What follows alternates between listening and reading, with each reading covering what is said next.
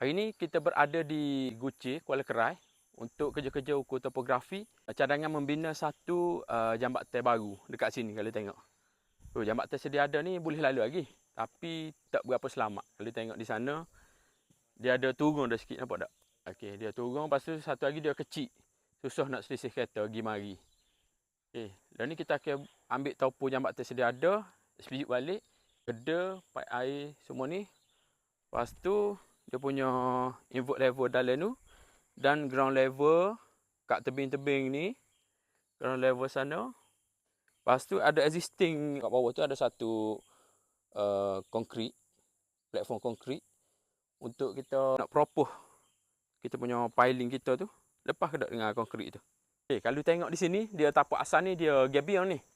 Kita buat batu-batu tu gabion untuk setting mesin piling nak duduk sini untuk pack dia punya piling. Dan ni kita tengah buat kerja-kerja topografi untuk ambil existing jambatan sedia ada untuk kita setting out. Kerja-kerja setting out point piling propose piling. Sama juga dengan belah sana. Kita ambil dia punya SBU, kita SBU jambatan sedia ada untuk kita tengok kita nak offset daripada sini sama ada 2 meter ke 3 meter ke daripada jambatan sedia ada.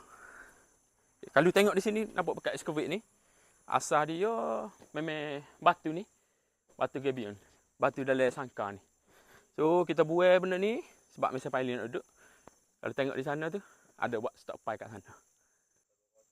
Okay, kalau tengok ni jambatan sedia ada. Nampaklah ni bekas retak ni. So dia buat satu support kat sini untuk besi I-beam kat sini untuk support jambatan sini. Tapi long term memang tak nampak selamat, nampak tak macam sengit sikit. Okey. So itulah dia propose satu lagi jambatan kat sini. Okey, kita execute dulu. Jambatan sedia ada, pipe air, dia punya geda untuk buat kerja-kerja topografi. Kita akan ambil dia punya ground level kat sini. Kita nak tahu macam mana cross section slope ni. So kita ambil topo sini. Okay, kalau tengok di sini dia sungai ni, tapi kalau hujan lebat baru dia flow air ni.